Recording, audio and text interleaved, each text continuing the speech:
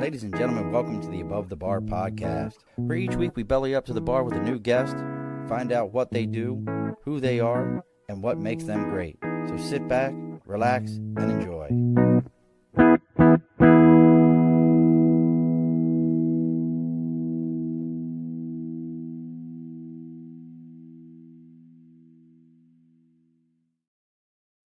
Alrighty, folks, welcome back to the Above the Bar podcast. It's your host, Sean.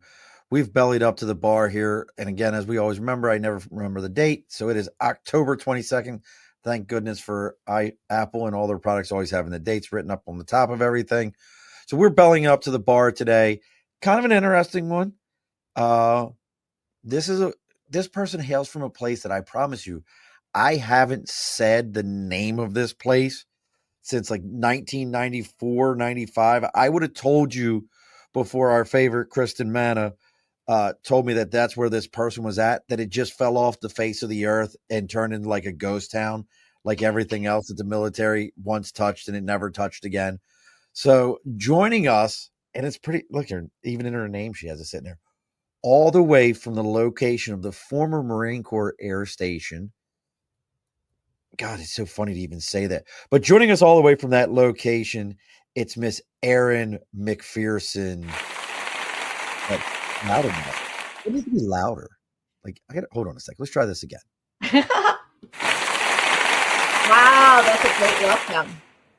All right, so that's a little bit better. So Erin's joining us. She is part of the Tustin Community Foundation. If you know anything about Tustin, it used to be a Marine Corps Air Station, Tustin, and just like many places throughout the United States during the first Clinton administration, they had the BRAC Base Relocation and Closure Act, which some towns did all right, like Plattsburgh, New York, kind of found a way to take their old base and turn it into community housing, and there's banks there and all kinds of stuff. And some probably closer to the Midwest have just become ghost towns. So Erin and I are going to talk about that, talk about Tustin, see if she found any old boxes of MREs laying around after everybody ran away. There had to be something. Yeah. So we're going to talk about all those things. But before we get into all that, as always, folks, we got to go ahead and take care of some house cleaning around here. First things first, over my right shoulder is the big board for Sticker and a Cause. If you got something you're supporting, something you believe in, something you think other people should know about, I don't care if it's maybe you got your own community foundation. You have who's already, oh look, Kristen's already messaging us. Maybe you have your own foundation. Maybe you have something that you're supporting. Maybe you got a band, a own podcast. I really don't care what it is. You can send me a message on Facebook, LinkedIn, YouTube, Twitter, Twitch, X. I don't care if you mail it to me. I don't care. Our email is theabovethebarpodcast@gmail.com, and our website is theabovethebarpodcast.com. Let me know what it is. I'll tell you where to send the sticker. We put it on the big board. You get advertising for free, and everybody gets to hear about you. Also, folks, we got to talk about the people that pay the bills around here. And if you know anything about that, it is Budget Blinds of many locations now. It's Budget Blinds of East Greenbush, Hudson and Cooksaki, Schoharie, now Delmar and Clifton Park, all here in New York and around the capital region. They are North America's largest custom window treatment company. They handle everything from blinds, shades, shutters, drapery, motorization. They got stuff that you can actually just yell out for your local device. And I got one sitting next to me, whether it's a Google or an Alexa or whatever it is. Tell it what you want it to do with your window treatment, whether raise it or lower it or whatever the case may be, and it will do it. They have all these different things. They even do window tint, which a lot of people are like, well, why would I want that? Well, because it's a fire and forget kind of a thing. You put it in your window and you never have to think about it again. So make sure you're reaching out to your local Budget Blinds of East Greenbush, Hudson and Cooksaki, and Schoharie, North America's largest custom window treatment. And for the month of October, if you're around any of those locations, they are offering 25% off of all drapery. And as we know, if you tell them you're there to belly up to the bar, they're going to give you another 5% off of that. So that's an opportunity for 30% off of custom drapery. And if you know anything about custom drapery, that is a big, large sum of money to be saving off of custom drapery. So make sure you're reaching out to them. Let them know you're there to belly up to the bar. All right there, Miss Erin. Well, thank you very much for having me. And how exciting. I didn't know that you had a connection to Tustin and any interest. That's always wonderful to find out. It's a Yeah. pretty great community. It's an So, interesting one. Like I said, I remember when Tustin, because it was, you either went to Tustin or you went to Miramar, and then when Tustin closed, everybody moved to Miramar, which is another. I've never been to Miramar. Listen, 20 years in the Marine Corps, never once was I on order stationed in California. Never. I well, that's avoided it. sad for you because No, we not have at all. beautiful bases. Camp Pendleton is amazing Camp and Pendleton is monstrous. It's so monstrous. big. It is. I brought my 8-year-old. He's 8 now. With me. I guess now it's been 2 years to go visit my old commanding officers. He was retiring, and he was on, I don't even know what, like, all the different sides over there, but he was on the artillery side where all those guys are. And I was like, I pulled onto the base and I'm like, they're like, yeah,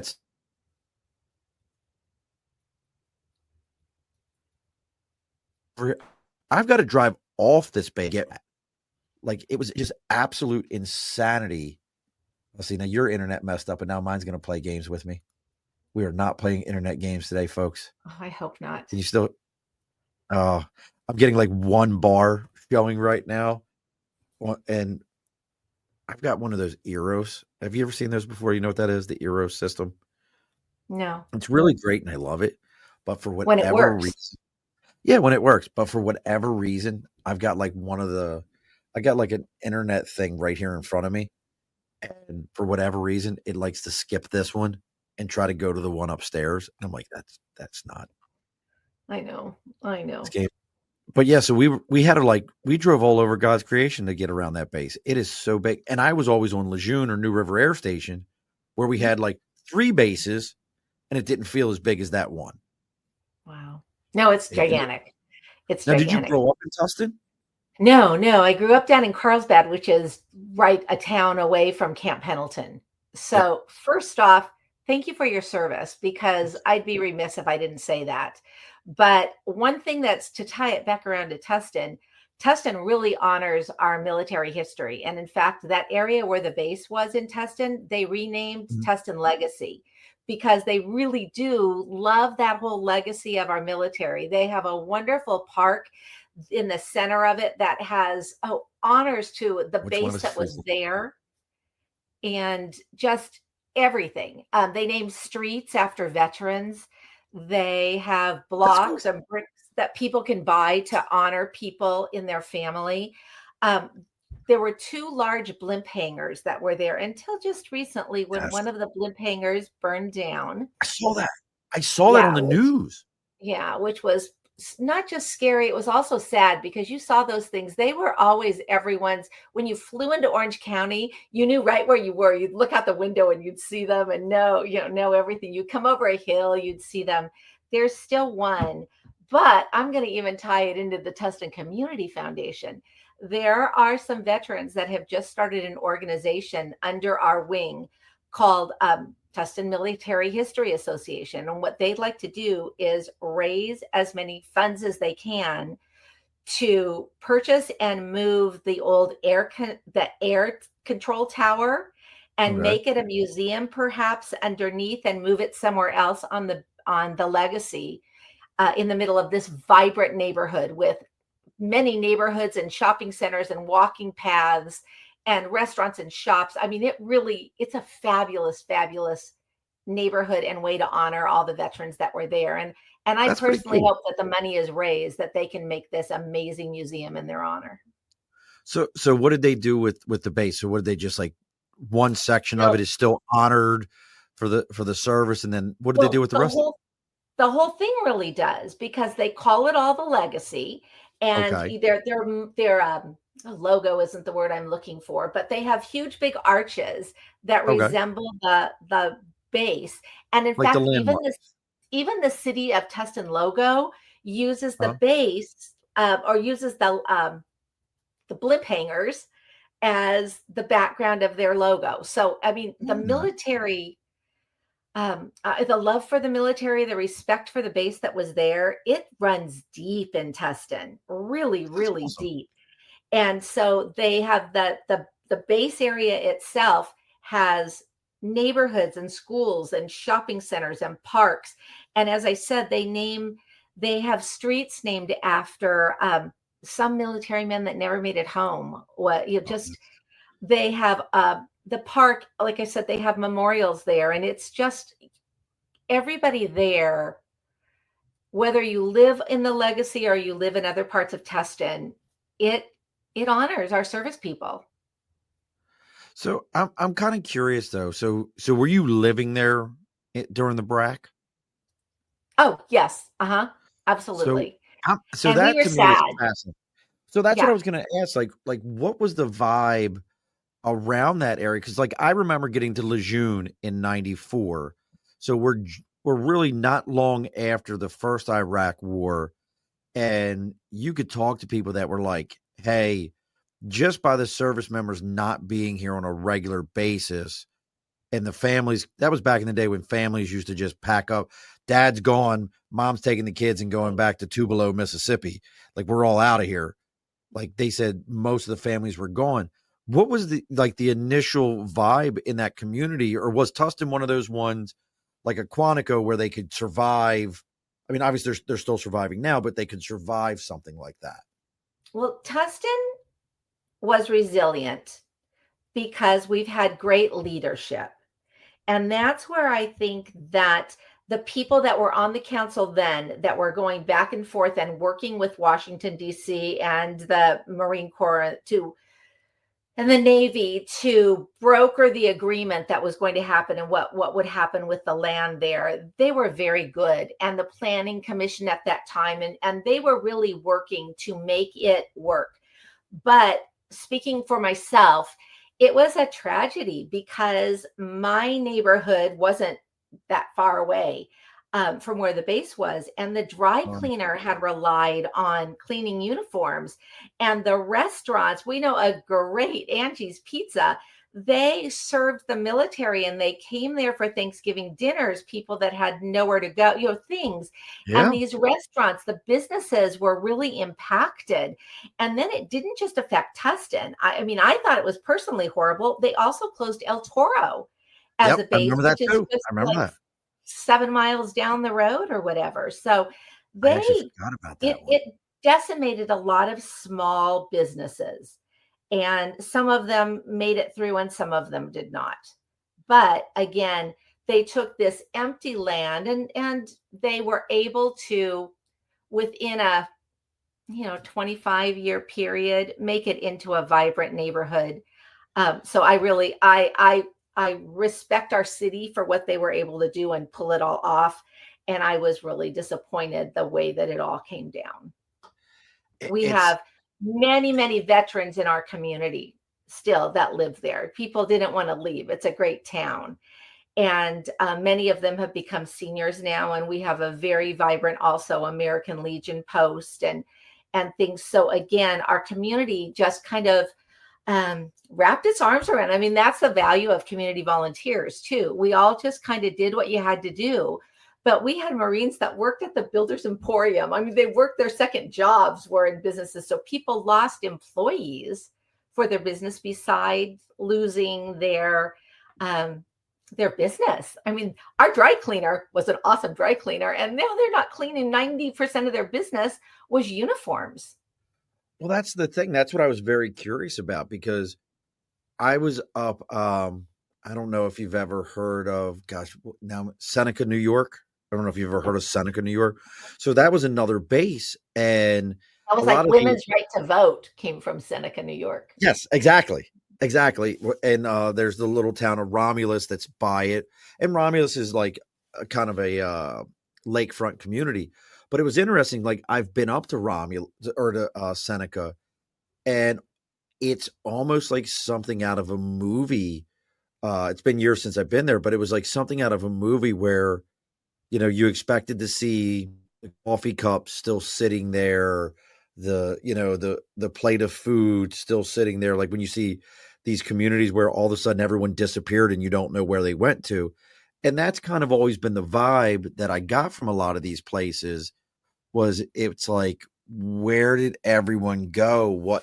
What happened here? And And if you're just joining us, folks, or you're watching us live right now and you got a question for Erin, maybe you live in a community that used to have something, maybe you had a GM plant, maybe you had something along those lines and it disappeared. And now you're like, hey, how do we get our community back? Or you've seen things like this, or maybe you were stationed in Tustin. There's plenty of Marines out there that listen.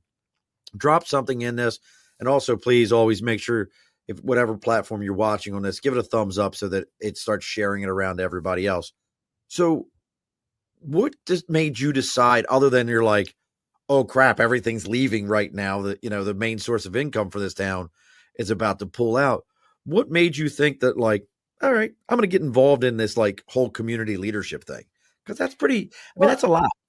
The thing I want to stress is that our town never went through that vacant that you're describing. Again, I applaud. We had elected the right people, and they had appointed the right people to commissions. The planning commission and the council went right to work. And if they couldn't have access to everywhere on the base, they started building with where they could build. Some places needed to clean up, toxic-y things.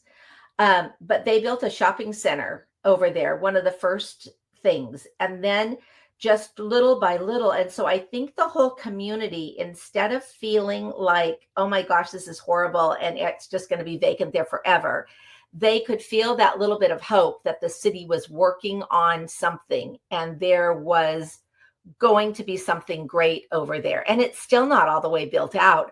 I was at a meeting with the city manager just a few weeks ago, and they're working on these a walking path to get from one side to the other. So there's these big dirt mounds. They kind of look like Evel Knievel, where you could jump from one side to the other. But eventually it'll be a walking path. So there has been things, even if it's been like that for a while. The city was really great at communicating with everyone that we're going to be okay. Right. And when they started the shopping center, they had it done right before that horrible crash in the 2018, right? Maybe 20 early. And so we were actually lucky to be able to get some sales dollars. And that edge of town is actually the Irvine side of town. So okay. They were able to get additional shopping because that was the closest shopping center for people in a neighborhood that wasn't even part of Tustin, but they were now spending their money in Tustin. So we made it through those yucky days better than had we done nothing and just left it empty. To me, that's incredible. Yeah, I always applaud. I mean, it's a city is as good as your leaders are, and some cities are better than others. And hey, Orchid, I know you're watching because I saw you give this a heart. Orchid's a young Marine. So just so you know, Orchid, Tustin used to be a Marine Corps base. I know, like, it closed probably before you were born and everything, but I just want you to know that, in case you're wondering what we're talking about in Marine Corps. I know you never heard of this place. So you're going to send some smart ass comment back in a minute, but yeah, I mean, I don't work in the city. I'm just being nice because it's true. Because it's true, but so that's actually a good question that I was going to ask you is this something that the city has done, or is this like completely volunteer and you guys are like, hey, I'm going to get involved in this Tustin Foundation. I'm going to be part of it because you're the president of it. Now you've been involved for. No, I'm the executive director. We have a board with the president and everyone. And I joined the board back in 2006. It had been kind of dormant for a while, and then they restructured. And I came on, and then this position opened up in the end of 2008, and I took it. So we're separate from the city. We receive no city funding. We work alongside them in some things because we raise funds that we end up giving out in grants to nonprofits and schools in Tustin. So that's our purpose. What are you guys doing grants for? Like, so if I'm in Tustin and I'm like, hey, what kind of grant? Yes, Nathan, I'm always a smart ass. And my buddy Nathan, but like, what kind of grants are you giving out for? Like, what are people looking for? Well, I was just last Saturday at the art walk that we have. The city puts on an art walk with artists. Mhm. And walking down the street, there was Tustin High School had a booth where they were spinning pottery for everyone there. And they had Okay. mobile pottery wheels. And I'm like, oh my gosh, we bought those for you last year with a grant. So the Okay, cool. pottery teacher wanted a portable pottery wheel so kids could go out and do demonstrations. They could have them out at back to school nights and things.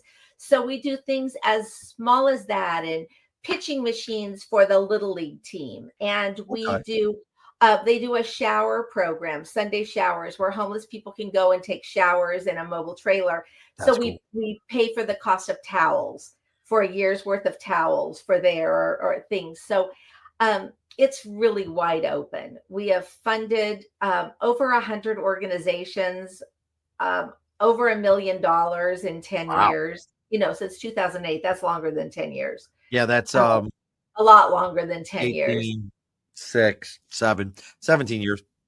But we've helped start school gardens. We have, it's really diverse. See, I So, find it absolutely just fascinating what you guys have been able to do because, like I said, I've known of communities with that because of BRAC, it was absolutely oh, just absolutely. You're devastating. 100% correct. Now, what I'm curious though is when I think about the locations, you guys are California. Let's be honest. And listen, I mean, there's all the love in my heart, Aaron. I have no idea why anyone would want to live there. I have No, no trust idea. me. Oh, no, no. I'm fourth generation here. And honestly, there are days when I just think, why would they mess up a good thing? Listen, I always giggle and laugh at people when they talk bad about California, and then I'm like, you know who started all the problems in California? And they're like, these doggone Democrats. I'm like, no, it was Ronald Reagan. They're like, what? I'm like, It's yeah, yeah, everybody. You can't just blame yeah. Like one. go back and see all the stuff he did. But I'm wondering though, and I bring that up only because I think to myself, were you guys able to kind of, and I know you, like you said it, you had great leadership in place, you had people in place that understood what they were doing, but how much of it comparing a small lake town in upstate New York where, back in the day, like if you go through Syracuse, they have a snow plow that on the front of it is painted average snowfall 115 inches a year. Yeah, exactly. Average snowfall 115 inches. Like how much do you think the ability to, with it being in California though, helped you guys out to be able to say, you know what? People want to live here. They want this weather. They want this environment. Most people don't realize most Marine Corps bases are in pretty damn awesome places because Yeah, we're coastal, we're beaches, we're stuff like that. How much of that do you think helped you guys out? a lot, because that was a lot of land to be able to develop. Like, So that's a plus right there. I look now at Pacific Palisades. hmm, There is talk that they want to completely change the foot of it and make it something completely different and not put the same houses there that were back. There's talk about 3-story condos and all this. And really? I really hope that LA is smarter than that and doesn't change things. But I mean, that's just me speaking. Yeah. But when you have the opportunity to completely make something new, which is what they could do in Tustin, that's a plus no matter where you are. But when I look around the country at places where plants closed and Yeah. different things, I always wonder why more people don't fight it. We didn't Fight the have to plant fight it in closure? Tustin, Right. but there should be more Norma Ray kind of actions taking places when people close plants and they leave them and everybody is left without things. There's more hungry children. There's more, it's just more of everything.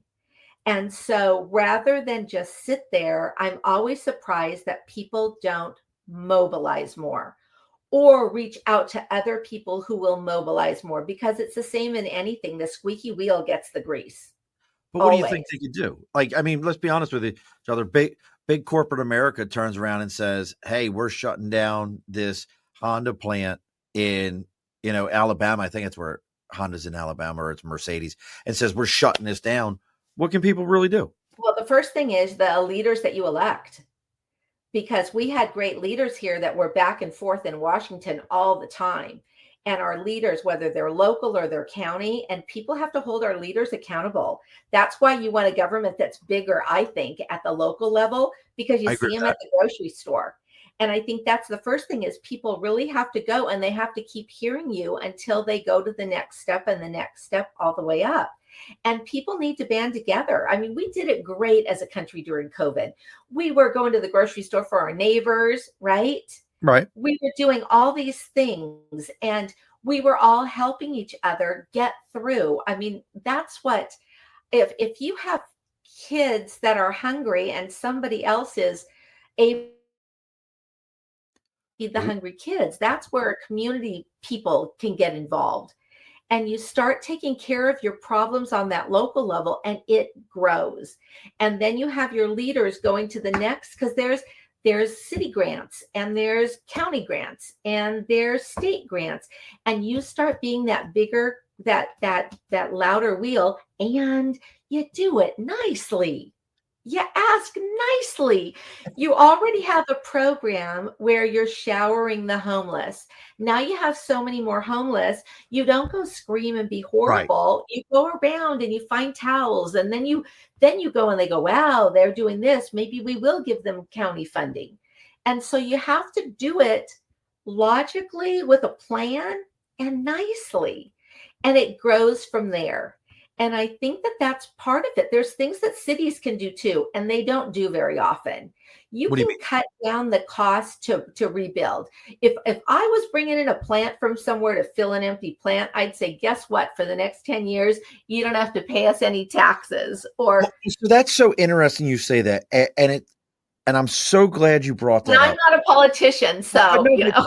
but so many people don't, like, they get so upset where they're like, I can't believe that they put in a program that these guys don't have to pay taxes for X amount of years, but they don't understand that, like, hey, people, that plant or that manufacturer or that organization, like we've got some here that recently moved into our area, even though, yes, they're a multi-billion-dollar global corporation that is not paying taxes, they are still paying taxes because a third of your paycheck, Oh, they're absolutely. managing that, and everyone they hire stays in the community and spends money in the community, pays taxes in Absolutely. the community, does everything in the community. It's so hard because I understand, like, look, like, I understand the guy who's sitting there going, like, dude, my paycheck, I'm busting my hump, but this guy's, like, they just see the person and they're like, why is he able to do this? And bro, you have a job because that guy and somebody negotiated with him. It's above your pay grade. Stop trying to Right. play in ground that's above your pay grade. Those I'm a huge fan of, like, listen, if you can bring somebody here that's going to bring in 1,000, 2,000, 3,000 jobs, and you're going to give them a tax break for the next 10 years, I don't give a shit. I hate taxes as it is, Mhm. but that's a And the other great thing point. that, if you have people that are volunteering, doing anything, they can be sorting things, they can be collecting things, they can be reading books and tutoring kids. People's attitudes are better when they're out doing something. It's better than sitting around feeling sorry for yourself. And you make friends, and you do, and there's fun things to do with volunteering, and you can pick something that you like. It's like, if you like baseball, there's something you can do at Little League. I mean, out here in Tustin, Little League people mow the fields. If you like yard work, heck, go pull the weeds on a baseball field. But there's things. And so that's part of it too, is the more communities can offer events, not even fancy buy a ticket events, Right. but things, art walks or whatever, they get the community out there and doing things and doing fun things together and having a pride in where they live. And you have businesses that are hiring people so they can, maybe they don't have a lot of money, but they can still buy their groceries. And then what they need to be supplemented, you have other people helping supplement things. It's one of those those wheels that just starts working better and Right. the momentum starts growing. And then you have a community. And I really believe that's what we have in Tustin. We have so many nonprofits working on so many different things. We have a really happy community. Not everybody's happy. And of course, there's businesses that aren't doing as well as other businesses. You know, Right. it's not Pollyanna land, but it really is. I think we have something good going on there. And I think a lot of it starts with our politicians listen to us now. Well, you got to make them listen. I think that's a big thing about right there is they're only going to do as much as you force them to do. They're like any, and listen, it's not against them as people, it's just they're going to do as much as you force them to do. And if you don't force them to like, hey man, I'm really not happy with what's going, the pothole in front of my house. Right. If you don't start saying, hey dude, this pothole's a problem, they're not going to care because you haven't said the pothole's a problem. So why do I care about the pothole? Mm-hmm. So what's someone like if somebody has a community like this and I think what's Like interesting is a deteriorating. one that because I think we have a lot of them and a lot of people mistake deteriorating community for lost towns. And what I mean by that is, some people think that, oh, well, this little Midwestern town that no longer exists anymore. Look, you probably missed a boat on that one. But if you live in a community and you're like, hey, like we have a town near me in Troy, New York called Lansingburg. I would drive through Lansingburg and some people are like, oh, the Berg, it sucks. I'm like, dude, this is a riverfront community like on the Hudson River. There are Victorian homes that somebody has decided to chop up and make into 3 and 4 apartments. Do you know what the right developer could do? Like with all these houses they're on the Hudson River. Mm-hmm. Like people pay stupid money to live on rivers. Yeah. And I'm always asking that question. Like, so if somebody wanted to do this, like, what is step one? Like, I think that it's getting your politicians to start reaching out to developers and reaching out and having a plan. If it was me, I'd be going in and saying, what's your plan for helping us? They're the ones that are supposed to be in charge and making the big bucks. And if they aren't doing it, well, maybe not making the big bucks, but if they aren't doing it there, then you got to get other people in there that are going to figure out what the 5-year plan is. How do we do this? This is what we want to be. And unfortunately, we have a lot of electeds at a city level that really don't want to be at the city level. They want to go on and be at the state level and all that.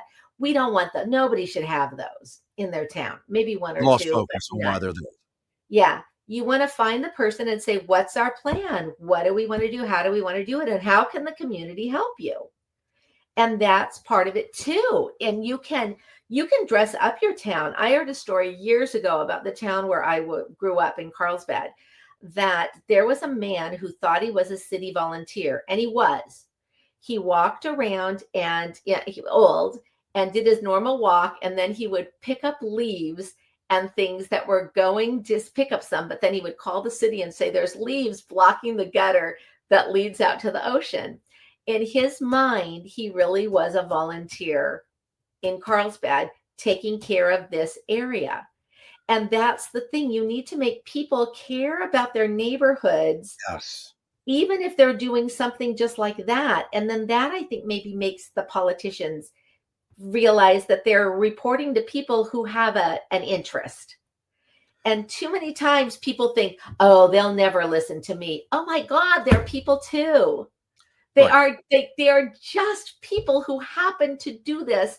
In some cases, they don't get paid, so they do it as a volunteer.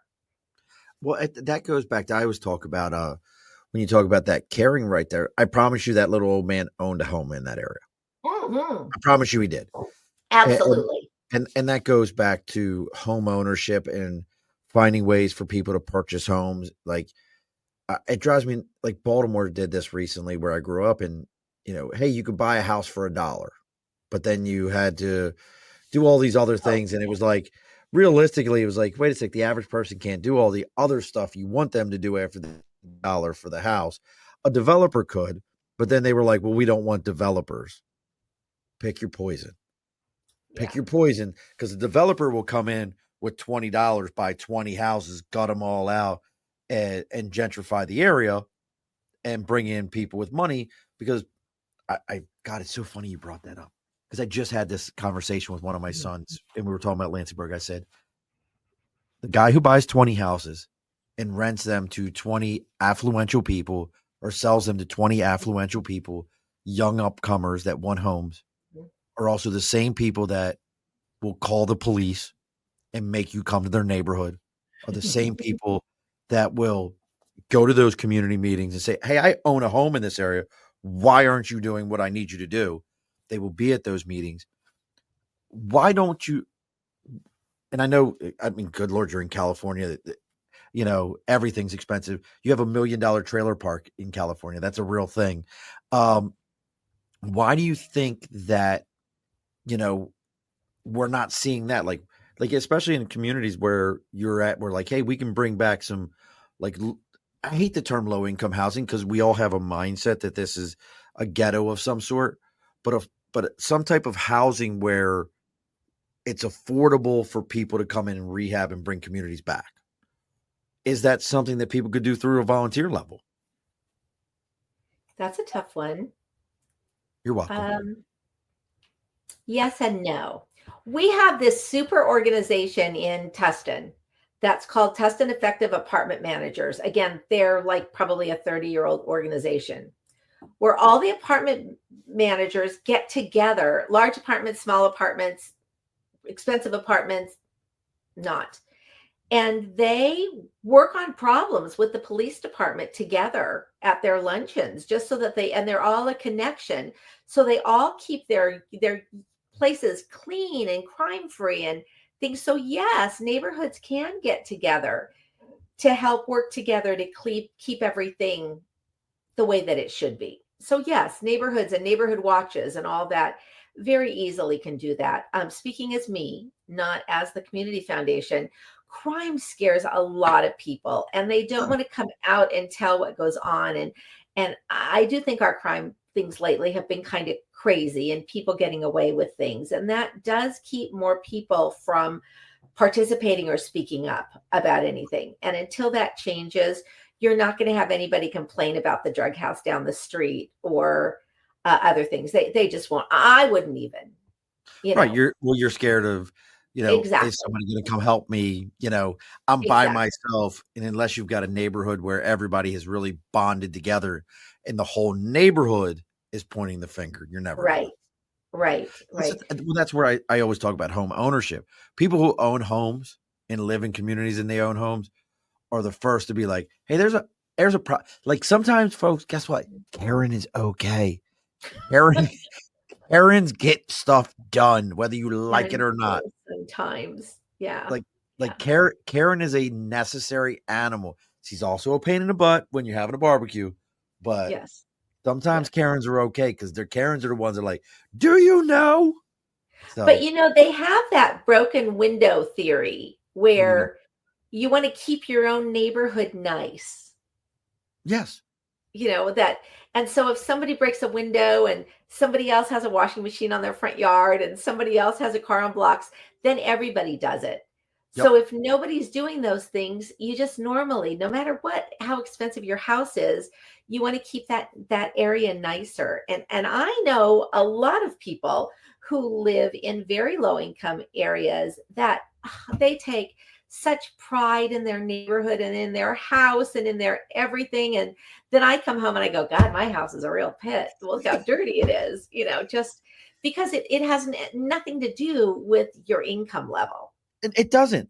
Now, No. those people you're talking about, I bet you they either own that home or they've been there for 10, 15, 20 years renting that home. Probably, but they just are people who are. But they care, but to them, it's theirs. Yeah. They've taken ownership of it.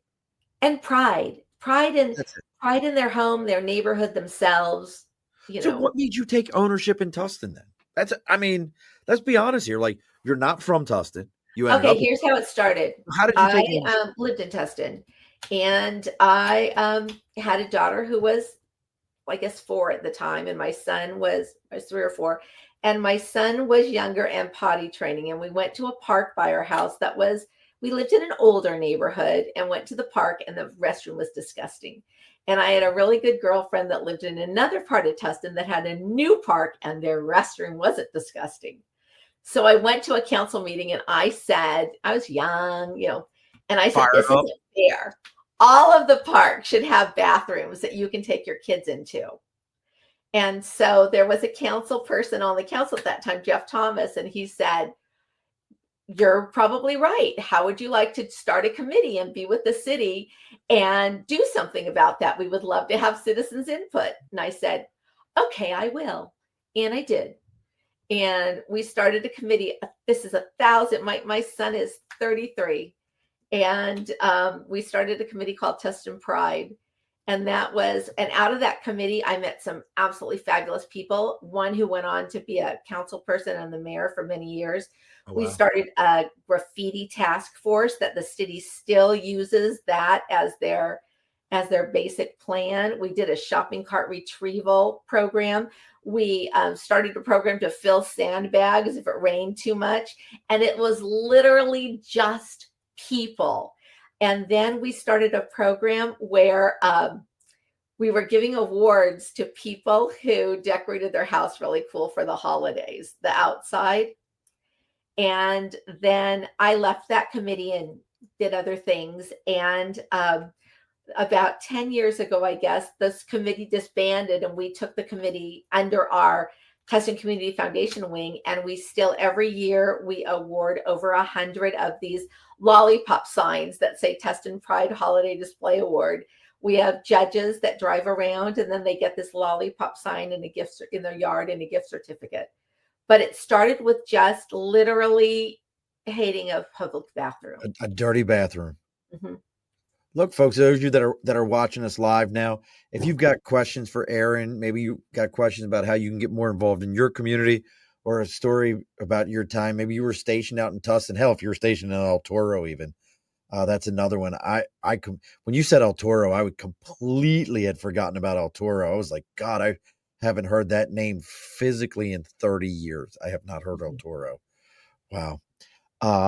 But you have questions. Go ahead and drop something here real quick. We're going to do this a little bit early because I'm enjoying this conversation. I don't want to skip a beat here. We're going to talk about the New Scotland Spirits last call here, folks. This week's episode is brought to you by New Scotland Spirits, because good whiskey should never be boring. Handcrafted in upstate. What's that? That's true. It is. Handcrafted in upstate New York, New Scotland Spirits takes pride in small batch whiskey that's bold, smooth, and full of character. No gimmicks, no shortcuts, just a damn good pour every time. Whether you're winding down, catching up, or tuning in, New Scotland Spirits has a bottle you'll want on your shelf.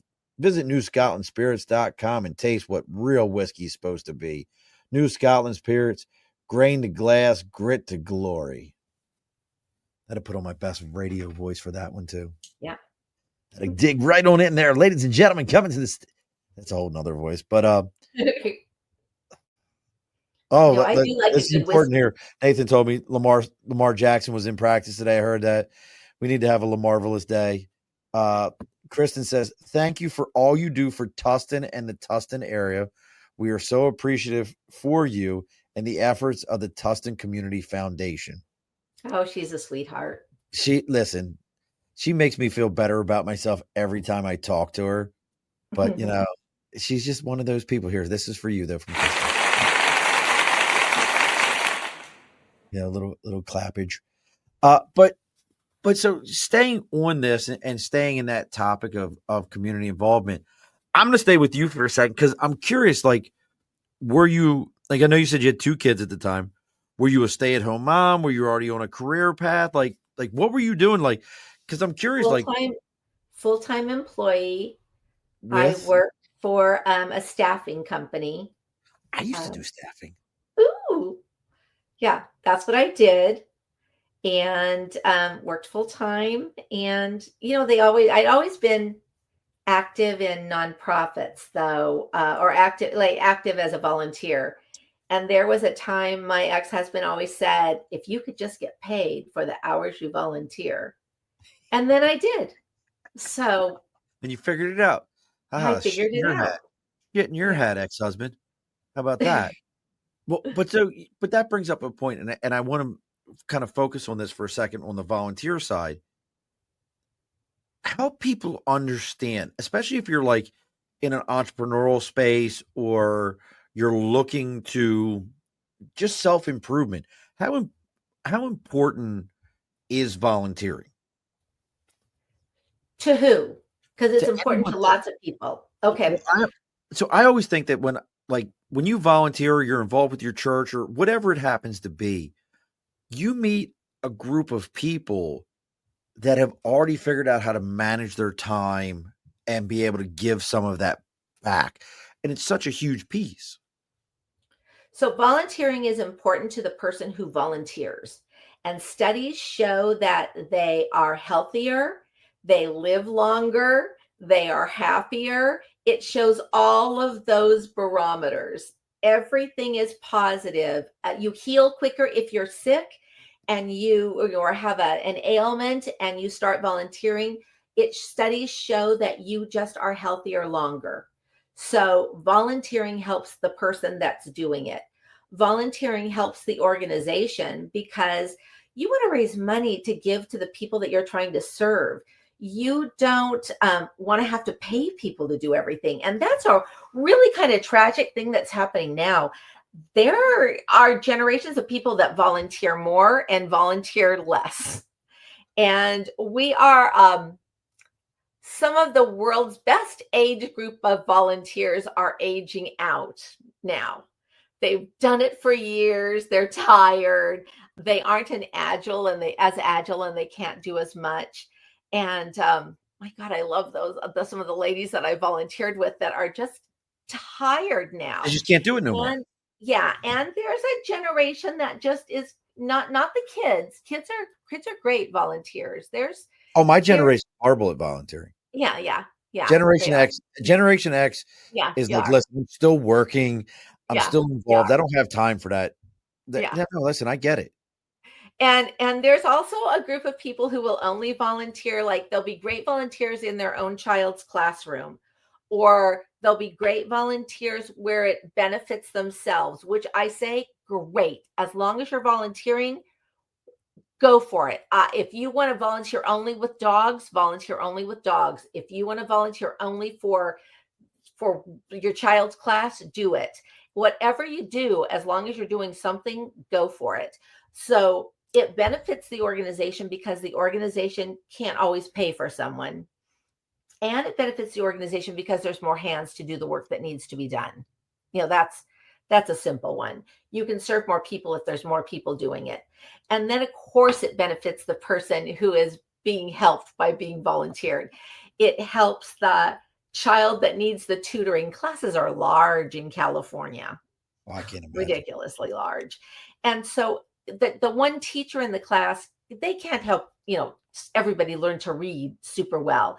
So we have an organization in town, Leap Learning Center, and they bring volunteers into the Title I schools to help those kids one-on-one with the extra effort that they need to learn. We also have a large number of English as a second language students. Again, we have volunteers that are coming in and helping them become reading proficient. So volunteering helps everybody. And it even helps the community because some of the things that the city doesn't need to do with a paid employee, volunteers can do. When they hold an event, a volunteer can volunteer to do things that they would normally be paying someone to do. I got to ask a So, question. Why do they call Tustin the city of trees? because there's a billion trees around, and some of them are really old. The oldest one is, I think, a sycamore tree. There's some old magnolias, but someone years ago filled out an application and sent it in because we had all of these old trees and we were given that designation. Because I had to look it up real quick because I was curious. I was like, and guess what, folks? Going back to the blimp hanger for a second, when you're like, who cares? It's just a blimp hanger. Let me do this real quick, and I'll give you the chance to talk for a second. So, what industries have popped up since the base is closed? What industries have popped up in Tustin? It's not that kind of town, unfortunately. Okay, so it's not Um, one of those ones where like yeah, something like no. this popped in. The college district has some new. They have an area out at the Legacy and growing right now. We call it ATEP, but the South Coast Community College District. Okay, Um, there's some other buildings out there, and I'm sorry I'm not remembering who they are right now. so I just want to throw this out to people when we were Mhm. kind of joking when we were talking about the blimp hanger.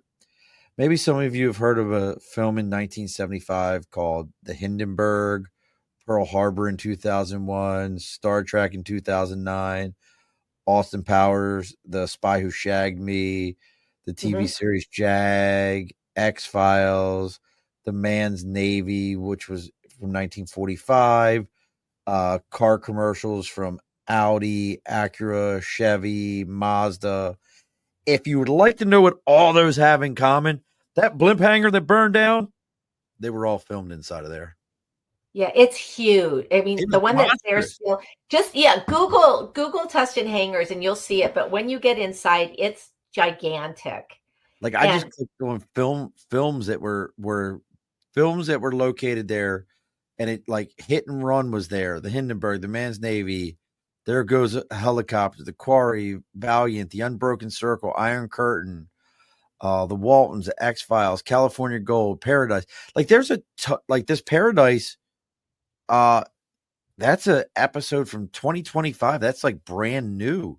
and they're so huge, they didn't just hold a blimp.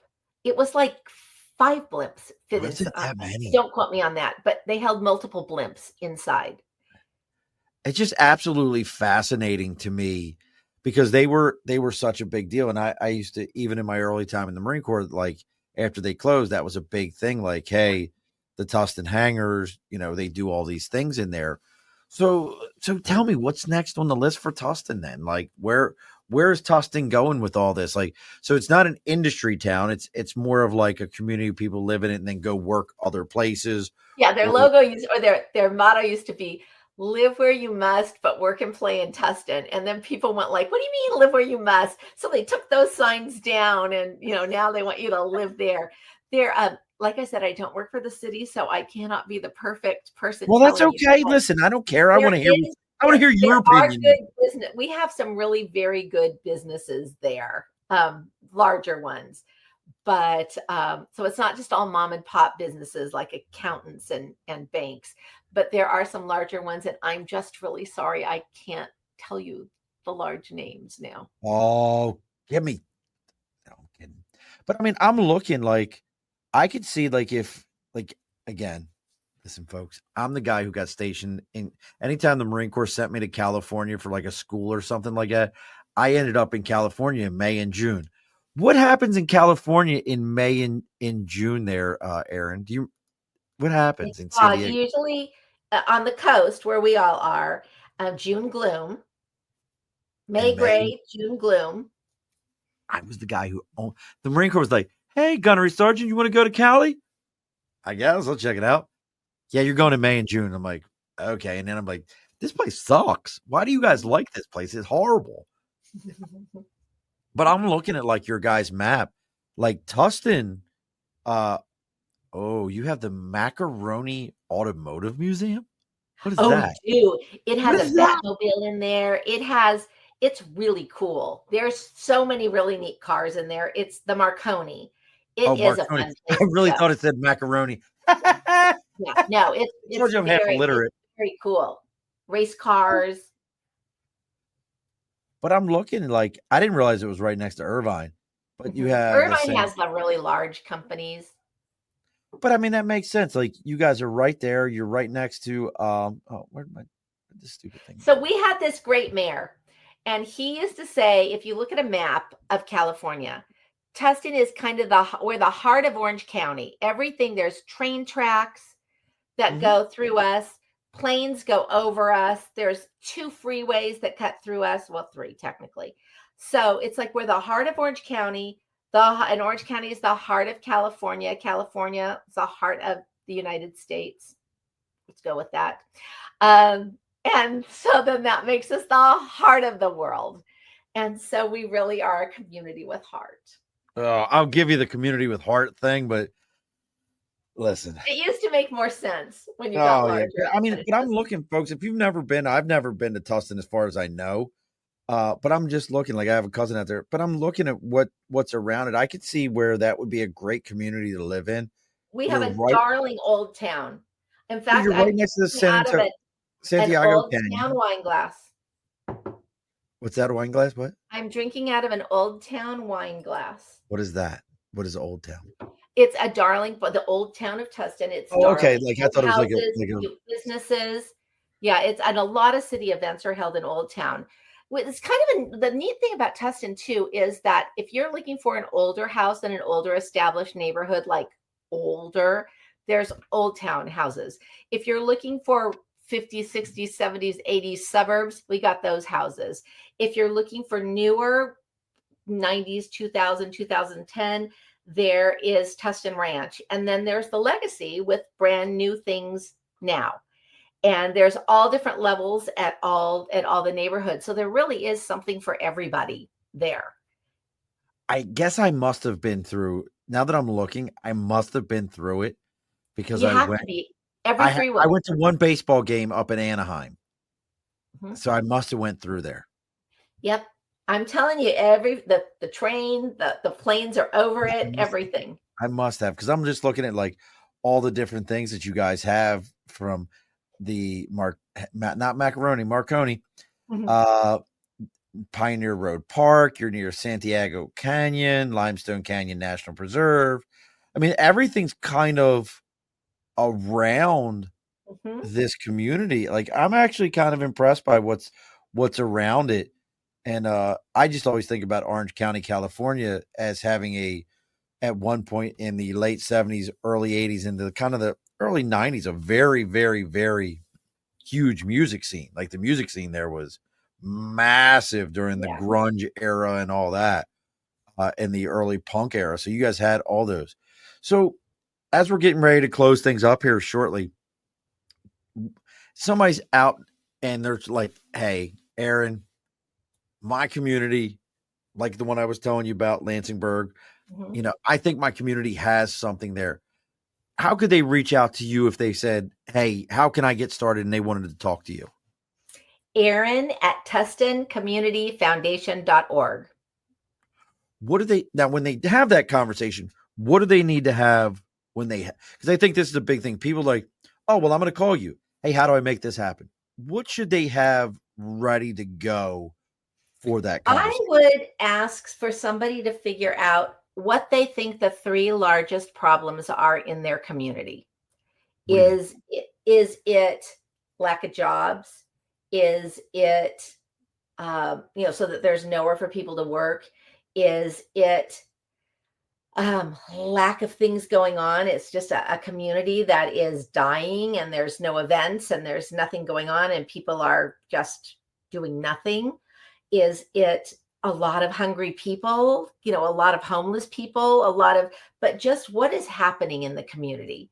And then go from there, because different kinds of community have different kinds of problems. Gotcha. And then kind of go from there, and then different resources. And one thing I always tell people is it doesn't matter what your religion is. There are churches in most communities that will do anything to help anyone. Absolutely. And so if someone needs clothes, if someone needs a meal, if someone can't pay an electric bill or something, chances are there's already an organization, a Rotary or a church or a community foundation, somebody in a town that can help them. And then go into that organization and see what they do and see how you can help.